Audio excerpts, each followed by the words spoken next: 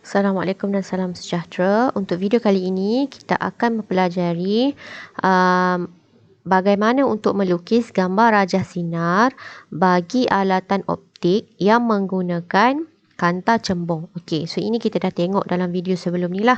Okey, so untuk video ni kita akan tengok bagaimana untuk melukis gambar rajah sinar beberapa alatan optik dan kedudukan objek-objek tu dia berbeza.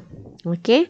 So, kita baca sikit. Lukiskan gambar rajah sinar bagi imej yang terbentuk oleh kanta cembung bagi jarak objek yang berbeza-beza. So, jarak objek tu kita akan tengoklah bila dia berada pada titik fokus 2F, dia berada lebih daripada 2F dan sebagainya. Okey, kemudian kita akan ukur saiz imej dan nyatakan ciri-ciri imej serta alatan optik yang menggunakan, yang mengaplikasikan prinsip tersebutlah. Okey, di sini diberikan saiz objek adalah 1 cm. Okey, F adalah sebagai titik fokus. Okey, saya tak akan menggunakan drawing ini. So, saya akan guna saya punya ni.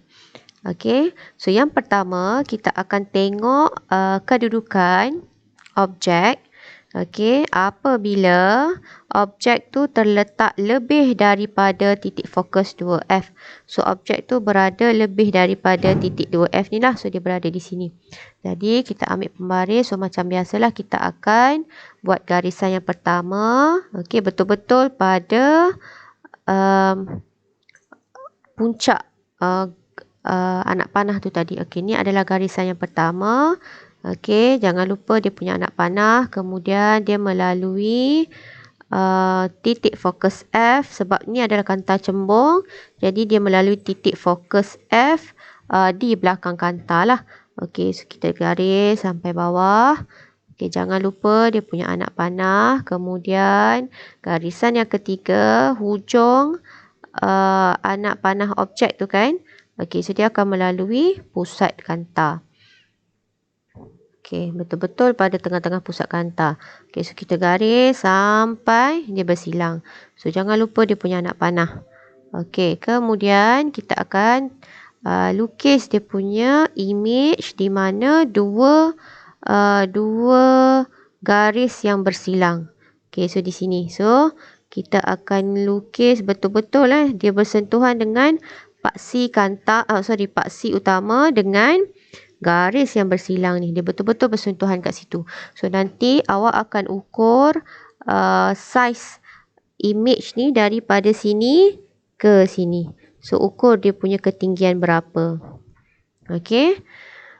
So, ni adalah imej yang terbentuk di sinilah. Jadi, ciri-ciri imej yang terbentuk ni adalah yang pertama, biasanya kalau imej tu terbentuk di belakang kanta, so imej tu adalah songsang. Okey, so songsang ni dia terbalik lah. Okey, bila songsang dia automatik akan jadi nyata. Okey, so saiz awak kena tengoklah saiz dia, kena ukur. So saya punya ni mungkin nampak saya punya objek ni dia lebih besar. Kan? Sebab saya pakai pen yang tebal. Okey. So, tengoklah dia punya saiz tu. Mungkin dia mengecil ataupun dia lebih besar. So, dia bergantung pada awak punya pensel, ketajaman pensel, awak punya lead, pensel tekan dan sebagainya lah. Cara awak nak lukis, betul tak awak bersentuhan dengan hujung anak panah. Okey, so yang tu kena berhati-hati apabila melukis gambar rajah sinar. So, biasanya saya akan dapat kalau imej tu berada di belakang titik 2F. So, saiz imej biasanya dia lebih kecil lah. Dia lebih kecil. Okey. So, kemudian kita akan tengok apabila objek tu terletak betul-betul di titik fokus 2F. Okey, so betul-betul dia terletak pada titik fokus 2F. Tengok sini, ni adalah objek saya. So, dia terletak betul-betul pada titik 2F. So, macam biasa, kita ambil pembaris dan kita lukis. Okey, betul-betul dia bersentuhan pada atas objek tu. Kemudian kita bawa terus ke paksi kanta. Okey, daripada paksi kanta, dia melalui titik fokus F di belakang kanta sebab ni adalah kanta cembung. Okey, so kita tarik sampai bawah. Okey, anak panah jangan lupa. So, ni garisan yang kedua. Okey, garisan yang ketiga daripada hujung anak panah objek terus melalui pusat kanta. Okey. So, tarik sampai bawah sampai dia bersilang. Okey, so anak panah jangan lupa. Okey, jadi image yang terbentuk adalah pada persilangan dua garis. Okey, so image tu terbentuk di sini. Okey, so biasanya bila image tu terbentuk di belakang kanta, jadi image tu akan jadi songsang. So, awak ambil pembaris awak dan awak ukur berapa saiz image tu daripada sini ke sini lah. Okey, so berapa dia punya panjang. Jadi, ciri-ciri image dia automatik dia akan jadi songsang. Okey, terbalik. Okey, so bila songsang, automatik dia akan jadi nyata. Dan saiz dia, okey, saiz dia, kalau pada titik 2F, biasanya saiz dia akan jadi sama. So, awak kena ukur sebab saya punya bacaan ni dia mungkin tak sama lah dengan awak punya, so kena ukur. Biasanya dia akan sama. So kalau yang diberi dalam buku SPS tu ketinggian objek ni adalah 1.0 cm, jadi image ni pun kemungkinan akan dapat 1.0 cm. Okey, so ini adalah ciri-ciri yang terdapat dalam mesin photostat. Okey, so, ini adalah ciri-ciri mesin photostat lah. Okey, kan kita photostat kertas, so kita akan keluarkan benda yang sama.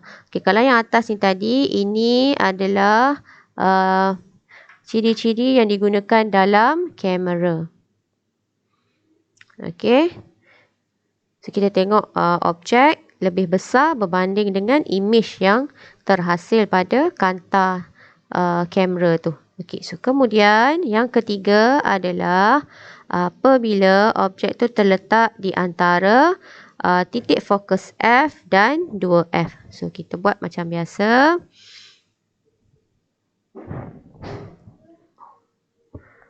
Okey. Kemudian anak panah. So, garisan yang kedua daripada paksi kanta terus melalui titik fokus F di belakang kanta. So, yang ketiga daripada hujung anak panah ni, anak panah objek terus melalui pusat. Okey, turun ke bawah. Okey, kemudian image tu terbentuk di sini. So, tak apalah kalau dia terbentuk di luar kertas graf pun tak apa. Kemungkinan kalau dalam SPM pun dia mungkin terbentuk di luar awak punya kertas. Okey. So, terima je. Alright. So, kita terus lukis kita punya gambar rajah. Image. So, daripada hujung terus naik ke atas. Okey. So, image ni biasanya dia akan terbalik sebab dia terbentuk di belakang kanta. So, ukurlah dia punya ketinggian. Okey. Daripada sini ke sini, ambil pembaris dan ukur. So, ciri-ciri image ini biasanya dia akan songsang. Okey, kemudian yang kedua, dia akan jadi nyata.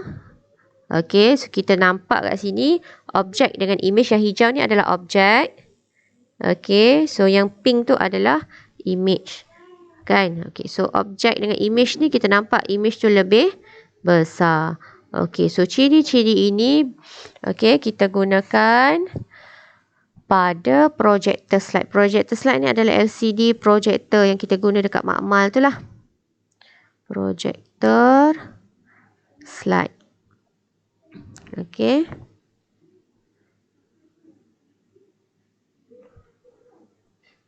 Okey, kalau awak tengok dekat makmal tu saya guna image pada tab tu kan, saya guna tab. So image pada tab tu dia lebih kecil berbanding dengan image yang awak nampak pada paparan skrin putih yang berada dekat whiteboard tu kan. So, dia menggunakan konsep ni. Okey, kemudian kita tengok apabila objek tu, yang ini adalah yang keempat kan. Okey, so apabila objek tu terletak di titik F. So, betul-betul pada F. Okey. Saya betulkan sikit saya punya objek. Alright. So, kita ambil pembaris macam biasa. Kita akan garis. Yang pertama. Okey, saya guna warna hijau. Okey, terus ke sini. So, lukis dia pun anak panah. Kemudian garisan yang ketiga. Daripada paksi kanta terus melalui titik fokus F. So, kita turun ke bawah. Okey, kemudian daripada anak panah tu terus melalui pusat kanta. So, terus ke bawah. So, kalau begini awak nampak kat bawah ni, cuba sambung. Sambung sampai habis. Adakah ada kat bawah ni persilangan antara dua garis? Sambung sampai habis kertas tu. So, kita nampak kat sini tak ada persilangan kan? Okey, tak ada masalah. So, kita ambil pembaris, kita sambung bahagian atas. Okey, tak ada kat bawah, kita naikkan ke atas. Kita cari dia punya persilangan dua garis. So, kalau nak sambung bahagian atas, sebab garisan ni berada depan kanta, so awak perlu buat garis putus-putus. Okey, garis putus-putus naik ke atas. Kemudian garisan yang kedua pun sama. Kita buat garis putus-putus. Okey, so awak nampak kat sini, sambung sampai panjang ni pun kita tak nampak persilangan. Jadi, image yang terbentuk tu kita tak tahu di mana image tu terbentuk. So, kita assume image tu terbentuk di infinity. So, bila image tu terbentuk di infinity, infinity ni maksudnya kita tak tahu mana penghujung image tu akan terbentuk. Okey, so kita panggil di infinity. So, image ni kita andaikan dia terbentuk depan kanta. So, bila depan kanta, image tu dia akan jadi tegak. So, tegak biasanya anak panah tu akan ke atas lah. Okey, kemudian kalau tegak, otomatik dia akan jadi maya. So, kebiasaannya alatan optik yang kita guna, ciri-ciri image ni adalah lampu sorot. Okey, lampu sorot atau juga kita boleh panggil dia spotlight. Ni spotlight ni English. Okey. So, seterusnya kita tengok yang kelima. Okey. Ini E objek terletak kurang daripada F. So, ni E. Okey, objek terletak kurang daripada 2F. So, kita tengok apabila objek ni dia mendekati kanta. Okey, dia mendekati kanta. Kita tengok apa jadi pada image tu. So, macam biasa, kita ambil pembaris dan kita lukis lah. Okey. Okey, lukis. Kalau nak lukis, awak nak lebihkan garisan ni, tak kisah. Janji, awak ambil tu betul-betul dia punya persilangan tu adalah pada garis paksi kanta dan titik fokus F di belakang kanta. Okey, sebab ni kanta cembung. So, garislah nak lebihkan. Lantok. Lebihkan. Okey. So, jangan lupa lukis dia punya anak panah. Okey, so yang kedua. Yang kedua, ambil pembaris. Kita lukis daripada sini. Lalui pusat. Okey, lukis. Bila dia melalui pusat, awak tengok dia punya image tu dia punya cahaya ataupun kita punya sinar tuju tu dia akan jadi mencapah tau. So, tak mustahil lah image tu terbentuk di bawah ni. So, kita tengok garis tu pun dia semakin terkangkang. So, dia tak ada persilangan kat situ. Jadi, kita akan tarik garisan ni terus ke atas. Okey, so macam biasa kita akan buat garis putus-putus sebab image ni terbentuk. Okey, garisan ni adalah di hadapan kanta. So, yang ni. Okey. Tergaris sampailah ada persilangan. So, kita nampak kat sini dia punya persilangan kan. Okey.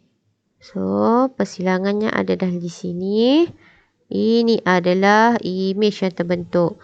So, awak tahu bila image ni terbentuk depan kanta, okey, image ni dia akan jadi tegak. So, ciri-ciri image ini adalah tegak. Okey, bila tegak dia akan jadi maya. So, kita tengok saiz dia. Saiz dia besar. Okey. So, ini adalah alatan optik yang menggunakan ciri-ciri ini adalah kanta pembesar. Okey, so nanti ambil pembaris dan ukur dia punya ketinggian image. So, ukurlah daripada sini ke sini, hujung ni.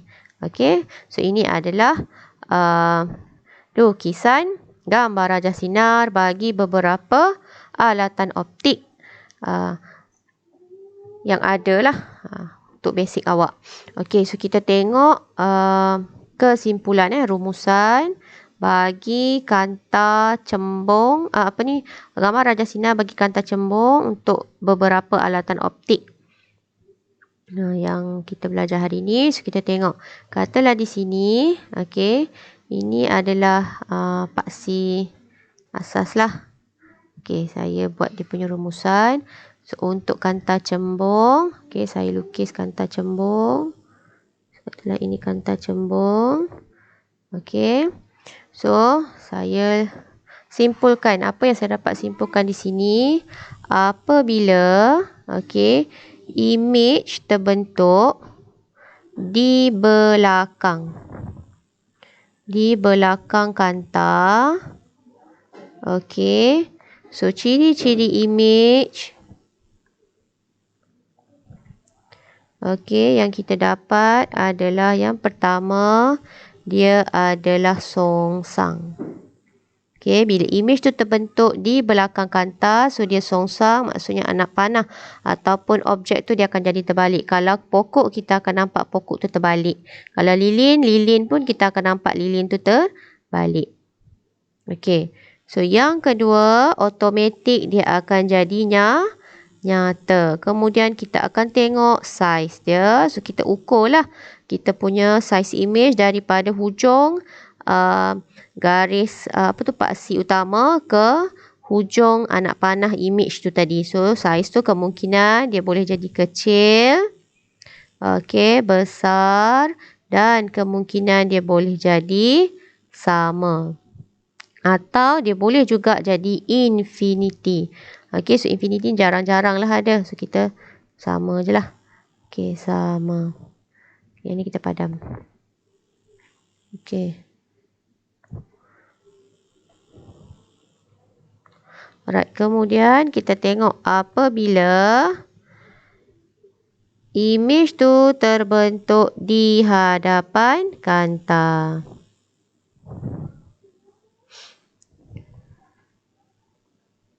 Okey. So, apa yang kita dapat dari segi ciri-ciri image dia? Ciri-ciri image bagi image yang terbentuk depan kanta. So, yang pertama kita dapat image tu dia akan jadi tegak. So, tegak. Dia akan bentuk macam tu. Kalau awak nampak pokok, so dia akan jadi tegak lah pokok tu. So, yang kedua, dia automatik akan jadi maya. So, yang ketiga, dia sama dari segi saiz lah. So, saiz dia boleh jadi kecil, okey, besar, dan sama. Yang ni kena ukur. Okey. So, itu sahaja untuk rumusan bagi pembentukan gambar rajah sinar bagi beberapa alatan optik yang ada. Okey, sini adalah rumusan. Okey, sekian sahaja untuk video kali ini. Sekian, terima kasih.